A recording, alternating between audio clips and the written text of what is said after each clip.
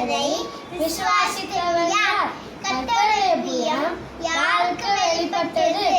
இளங்கிளை போலும் வறண்ட நிலத்திலிருந்து குளிர்கிற வேரை போலவும் அவனுக்கு முன்பாக எழும்புகிறார். அவருக்கு அழகும் இல்லை, சௌந்தரியமும் இல்லை. அவரை பார்க்கும் பொழுது நாம் அவரை விரும்பத்தக்க ரூபம் அவருக்கு இல்லாதிருந்தது.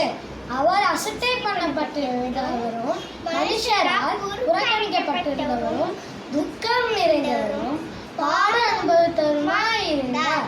அவரை விட்டு நம்முடைய முகங்களை மறைத்து கொண்டோம். அவர் அசட்டை பண்ணப்பட்டிருந்தார், அவரை எண்ணாமல் போனோம். மெய்யாகவே அவர் நம்முடைய பாடுகளை ஏற்றுக்கொண்டு நம்முடைய துக்கங்களை சுமந்தார். நாமோ அவர் தேவனால் அடிபட்டு வாதிக்கப்பட்டதை சிறுமைப்பட்டவர் என்று எண்ணினோம். நம்முடைய மீறுதல்களின் நிமித்தம் அவர் காயப்பட்டு நம்முடைய அக்கிரமம் நிமித்தம் அவர் நொறுக்கப்பட்டார்.